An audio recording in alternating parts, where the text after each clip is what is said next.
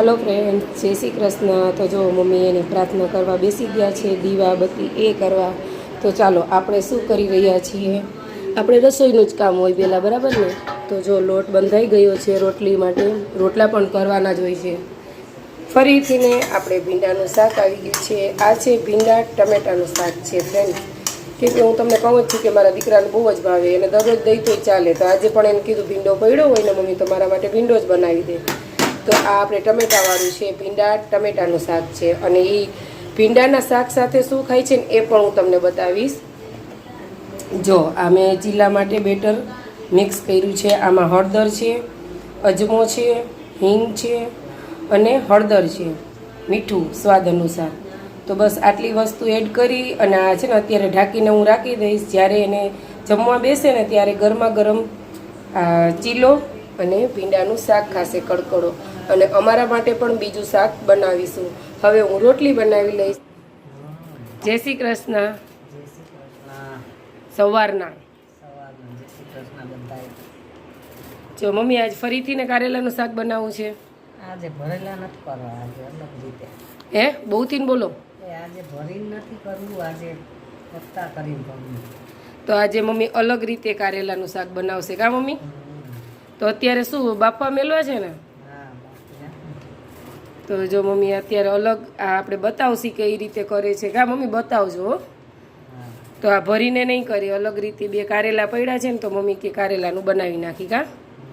જય Shri Krishna. Hello friend, જય શ્રી કૃષ્ણ. તો જો આ રીતે આપણે રોટલી તૈયાર કરી લીધી છે. અને સવારે છે ને મમ્મી કહે કે 5 રોટલી પહેલાં નાની આ રીતની કરવાની. શું માટે કેમ માટે કરીએ છીએ મને નથી ખબર, પણ પહેલાં રોટલી આપણે કરીને ત્યારે આ રીતના 5 રોટલી છે ને આપણે કરવાની. અને જો આપણે રોટલીનો લોટ અને અહીંયા જો કારેલા બફાય છે. આજે કારેલાનું શાક ખાવાનું છે. મમ્મીએ મીઠું ભરી બાફવા માટે રાખી દીધા છે. તો આ રીતે આપણે રોટલી થાય છે. અને આપણે જો આ રીતે ગોળના તૈયાર કરી લઈ એટલે રોટલી છે ને ફટોફટ બની જાય. તો જો આ રીતે આપણે રોટલી છે ને એ બધી શેકી લેશું. જો ભરવા માંડી છે ફોન વિડીયા પાછળ મમ્મી. તો આ રીતે આપણે રોટલી 5 પહેલાં કરી અને હવે રોટલી આપણે તૈયાર કરી દઈશું. જો કારેલા બફાઈ ગયા છે, રોટલી પણ થઈ ગઈ છે. અને આ આપણે ચીલો જે ચણાનો લોટ આપણે પલાળ્યો હતો ને બધું મસાલા એડ કરીને, મસાલા એટલે કે ખાલી મીઠું ને એ જ હતું. તો આપણે જો ચીલો આ એક જ ચીલો બનાવવાનો હોય. આ ચીલો આપણે તૈયાર કરી રહ્યા છીએ. મારો દીકરો ચીલો ખાય તેની સાથે, એટલે ચણાના લોટનું પુડલું પણ આપણે કહી શકીએ. તો એ બને છે, એક બાજુ શેકાઈ ગયું છે. અને આ જો આપણે રોટલા પણ બનાવવાના છે. તો આપણે રોટલા પણ બનાવી લેશું અને 2 થી 3 રોટલા બનાવીશું. અને આ ભીંડાનું શાક છે.